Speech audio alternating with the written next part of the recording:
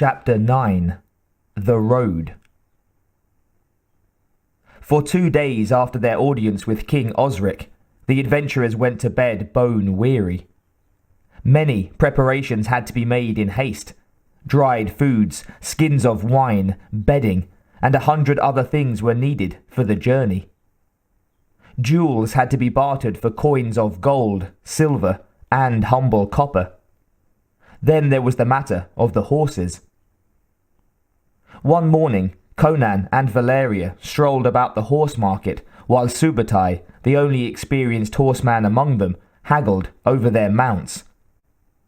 Once, Conan drew Subutai's attention to a spirited stallion, which pranced at the end of its tether and rolled a wicked eye. "Huh, that's the one for me," exclaimed Conan. The Hyrcanian chuckled. "Just how long do you think you would sit on that steed? Since you have never been astride any nag, let me find you one that is safe and slow and big enough to bear your weight." Conan spent hours learning to ride the beast that Subutai selected for him. Under his friend's tutelage, he learned how to walk, trot, and gallop, and how to saddle, curry, and feed the animal.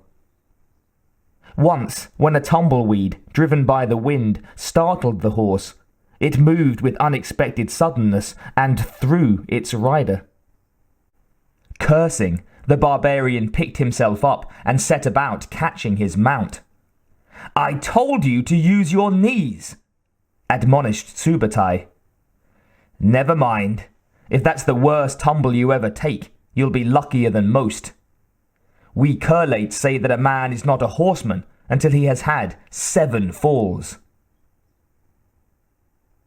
That evening, as Conan sat in the bedchamber nursing his sore muscles, 2 of the king's servants hauled in a large wooden tub.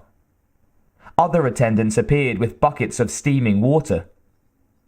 When they withdrew, Valeria stripped off her clothes and stepped into the tub with a sigh of contentment. "Come on in," she said. "There's room for both of us."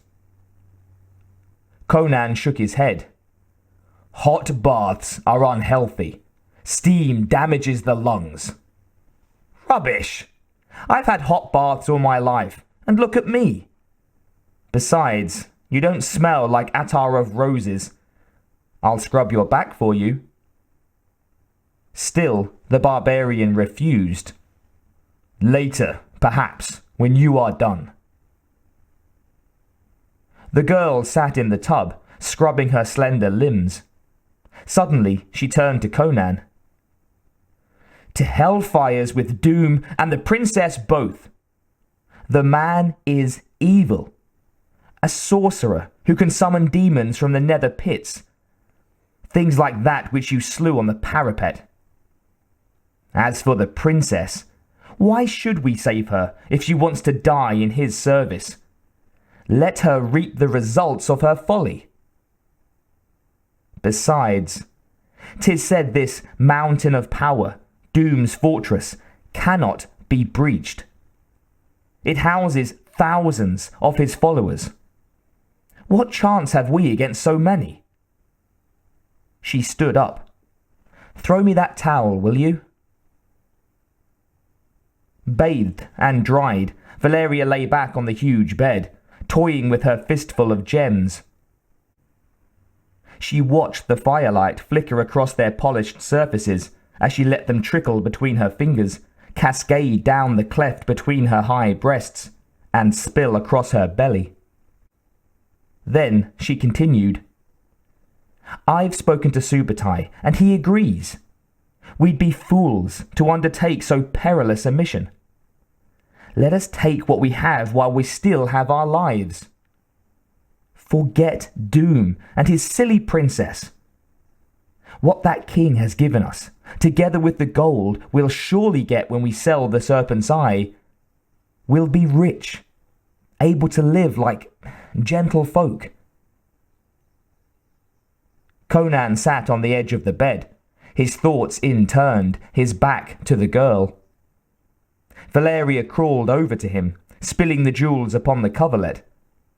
She ran a caressing hand across his broad shoulders, kissed the nape of his neck, and, sliding her arms about his chest, pillowed her head on his shoulder.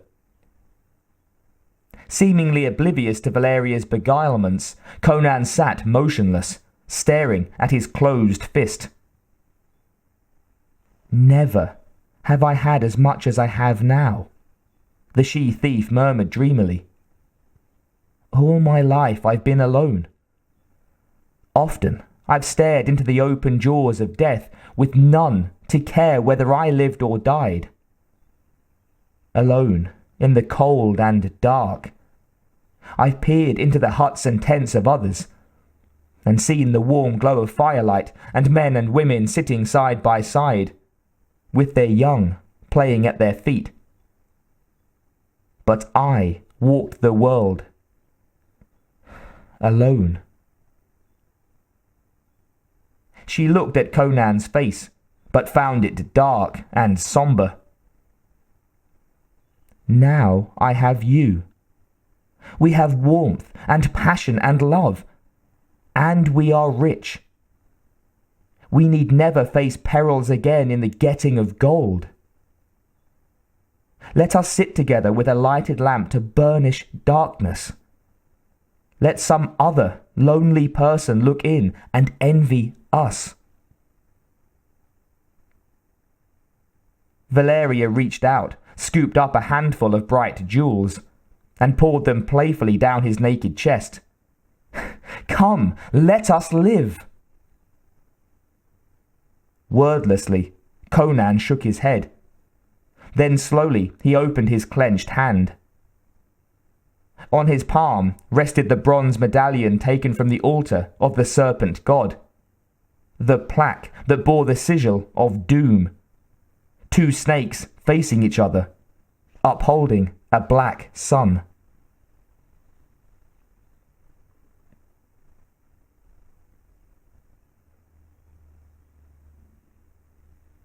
Dawn tiptoed into Shadizar, turning the spires of the royal palace into rose and gold. Entering the chamber where Valeria lay sleeping, the tender morning light aroused her from her dreams. Sleepily, she threw back the silken coverlet and stretched her nude limbs in sensuous enjoyment of the sun's warm kisses. Then she reached out to touch the naked body of her lover, but nobody lay beside her. Conan was gone. Instantly, she was wide awake, staring at the empty pillow. Instead of the magnificent form of the young barbarian, she saw only a handful of glittering stones, his share of the king's advance payment. Involuntarily, her hand sought her throat. The eye of the serpent still hung between her breasts. Her eager eyes searched the bedchamber. Conan's gear and clothing had vanished. A tear rolled down her cheek and was instantly wiped away. "Pit fighters don't cry," she told herself sternly.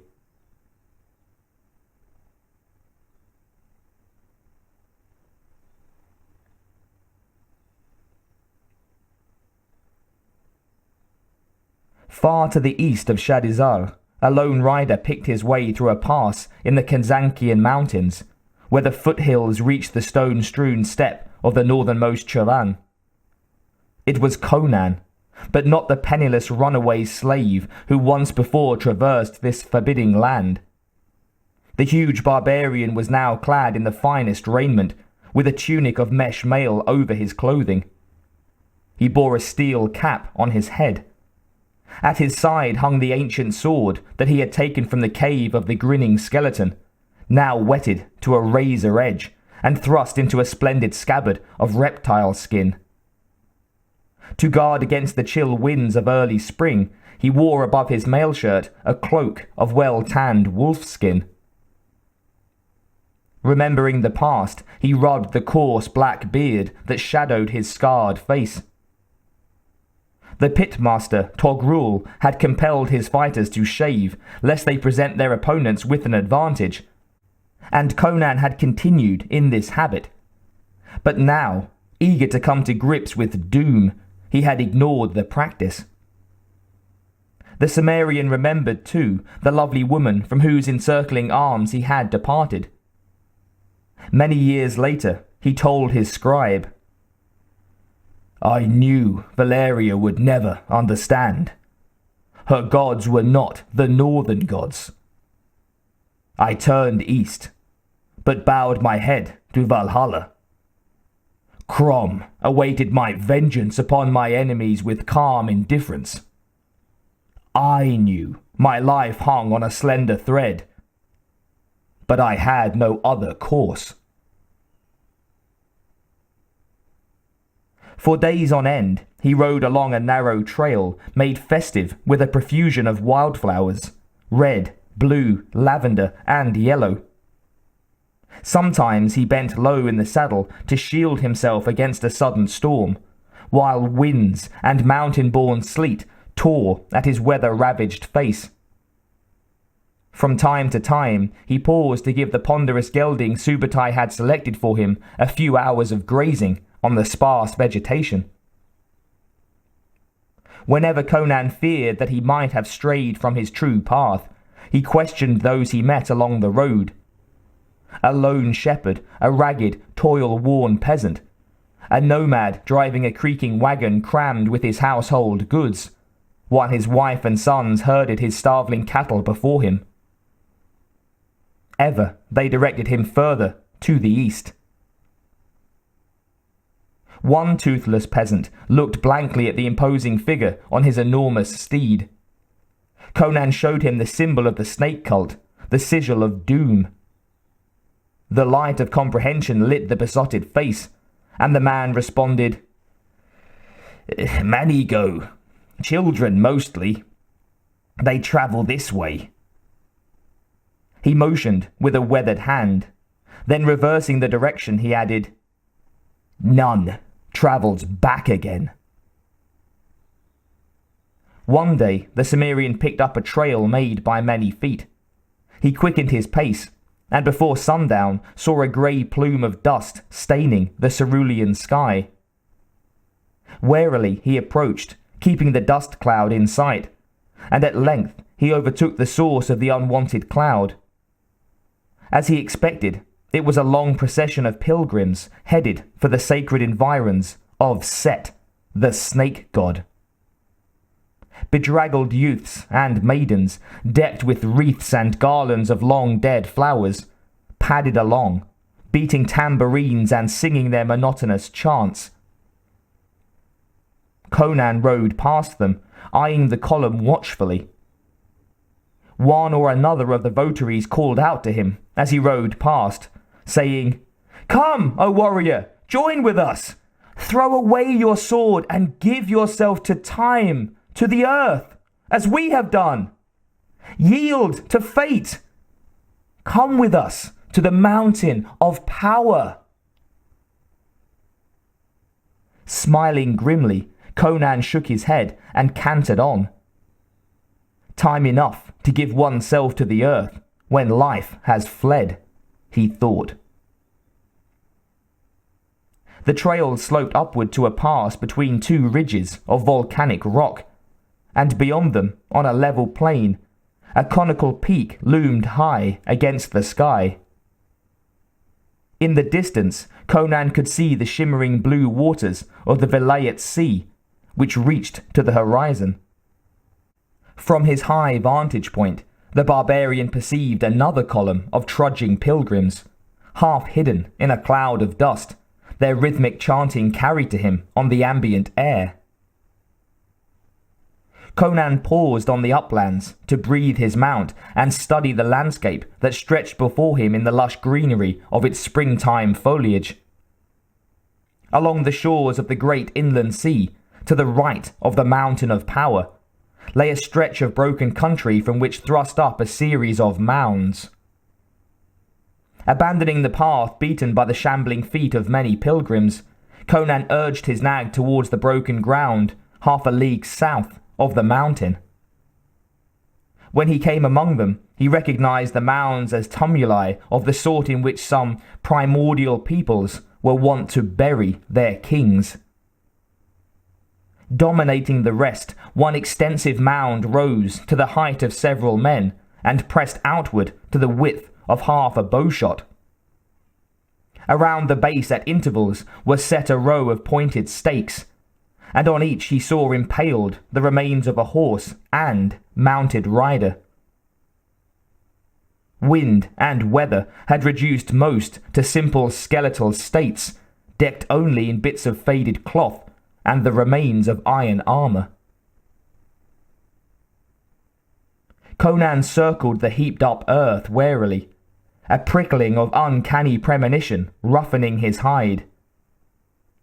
He could not tell how long the ghastly company had stood on guard in this forgotten place, but there was something in his barbaric soul that cowered before the undead and the unknown. On the far side of the mounds, he came upon an area of tumbled masonry and broken stones, the shards of a city ruined long ago. He paced his horse among the shattered columns, toppled slabs, collapsing walls, rubble-filled ditches, and ghosts of wells waterless for eons past. The devastation seemed complete, its cause beyond man's understanding. Then, to his astonishment, Conan sighted a shabby hut, scarcely more than a lean-to of sticks bound into a frame covered with the hides of wild animals. Before the entrance of tattered skins, a small fire burned, wafting the pungent smoke of roasting meat into the sea air. As the Cimmerian reined his beast to gaze in wonder at this habitation, a gaunt greybeard in worn and dirty robes appeared to stare uncertainly at the intruder. "Hail, grandfather!" growled Conan, raising an empty hand to signal his intention. "I come in peace." "And well it is you do," the oldster replied with an energy of manner that belied his wrinkled age. Shaven-headed, flat-faced, ill-clad though he was, in some strange way he commanded the barbarian's respect.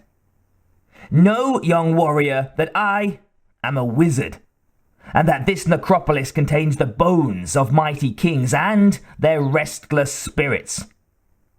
He who harms my living flesh must deal with forces that he knows not of." "Can you summon demons, wizard?" A note of jocundity appeared in the barbarian's voice. "Aye, that I can. A devil fiercer than any other in the seven hells." The old man's boast ended in a fit of coughing. "How fortunate, then, that we shall be friends," said Conan. He tossed a silver coin to the wizard, who caught it with notable agility. "That should pay for a few days' board at this, your inn."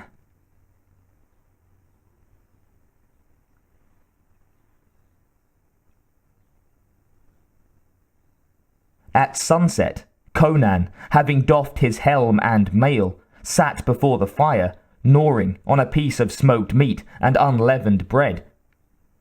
The hermit bustled about, offering his guest a gourd of sour ale, and gabbing as if he had no converse in years. "These burial mounds have been here since the days of the Titans, stranger," the old man said. "Great kings sleep here, kings whose realms once glittered like lightning on a windy sea. And curses lie beneath those piles of earth. That is why I dwell below their summit." "Are you the caretaker of this graveyard, then?" inquired Conan. The wizard laughed. "Nay, but I sing to those who lie here, to lull their slumbers. Tales of old, of battles fought and heroes made, of riches and of women." "How do you live, good wizard?" The neighbouring country folk bring me flesh and bread, and I cast spells and tell fortunes for them. I raise a few tubers and greens besides. No one molests me. They know my powers and position." Conan dipped his shaggy head towards the mountain of power. "What about them?" "The serpent-besotted fools. They know me well. But, thinking me mad, they do not bother me. Each spring the man named Doom comes hither to make sacrifice to the ghosts of my sleeping kings. You've seen them." He gestured towards the skeletal remains of men astride their horses. Conan, unsure whether the bones were those of ancient kings or of Doom's followers, ate in silence for a space. "Do any wild flowers bloom hereabouts?" he asked. The old man's jaw hung slack. "Flowers? What on earth?"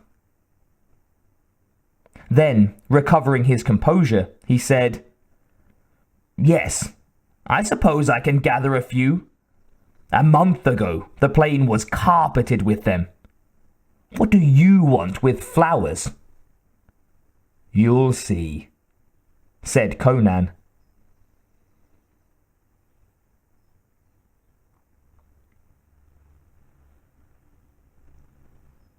The next morning, Conan arose, shaved of his recent growth of beard, and brought out from his bag of gear the white robe of a pilgrim.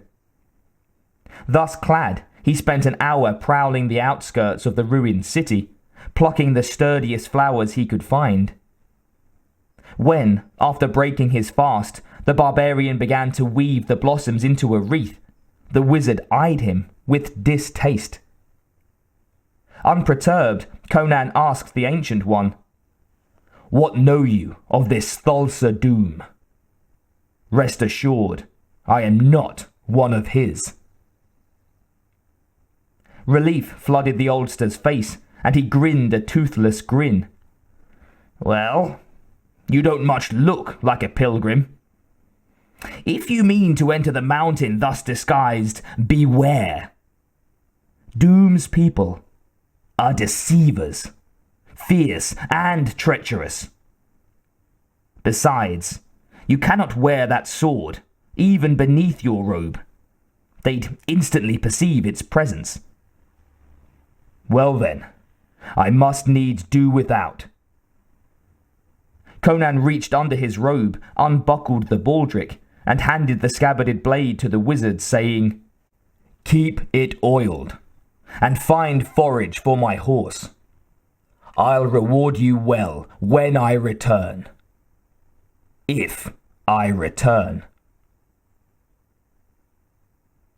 Adjusting his wreath of drooping field flowers, Conan strode away towards the mountain.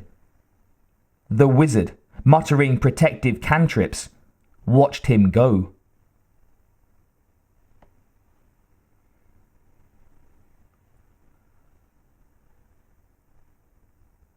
The road grew steep as it zigzagged up the side of the mountain of power. Conan, walking briskly, joined a straggling line of youths and maidens. Their features were haggard, their faces dusty, and their eyes vacant. So vast was the difference between the robust barbarian in his fresh garment and the weary, travel-stained band, that Conan feared nothing would save him from discovery. Along the winding way, girls in fresh robes called encouragement, chanting and waving the pilgrims onward. At the first bend in the road, Conan saw a small temple of white marble, which gleamed against the brooding obsidian on which it rested. This white shrine, the least of the shrines of doom, bore on its outer walls a frieze of writhing shapes, obscene and serpentine. Beneath its swelling cupola, all seekers must pass for cleansing and renewal. At the arched entrance to the shrine, a woman stopped Conan, to hand him a fresh garland, for the chaplet he had woven some hours before was already wilted. Bowing his head to receive the wreath, he prepared to move on. But the girl, with upraised hand, detained him.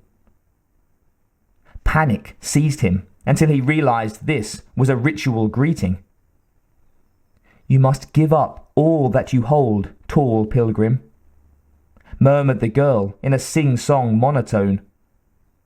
"You must see yourself in clear water, as you have never seen yourself before." Copying the reply of the pilgrim who preceded him, Conan intoned, "I wish to be cleansed." As the girl smiled vaguely at him, Conan became aware that she did not really see him, and he guessed that she was drugged. Unaware of his agitation, the girl hastened through the prescribed words, devoid as they were of warmth and meaning. "You are safe now from the perils of the road. We are all safe here in the shadow of the mountain. Fear no more, for this is the road to paradise." Conan mumbled an unintelligible reply and hastened forward. At the next turning of the road, he passed through a narrow cleft between two slabs of rock and found himself in a natural amphitheatre, a bowl-shaped area shielded from the wind. Tents and rude pavilions littered the rocky ground. On either side stood burly guards, proud and imposing in their armour of lacquered black leather. Beyond them he saw, or thought he saw, black-robed priests from the Temple of the Serpent. Instinctively, the Cimmerian drew back, then hastily assumed a vacant-eyed, slack-jawed expression. Attracted by his failure to move forward, a priestess hurried over. "Is something wrong?" she asked. Conan gestured towards the faceless guards. "Who are they?" "They are our friends. They are here to protect us."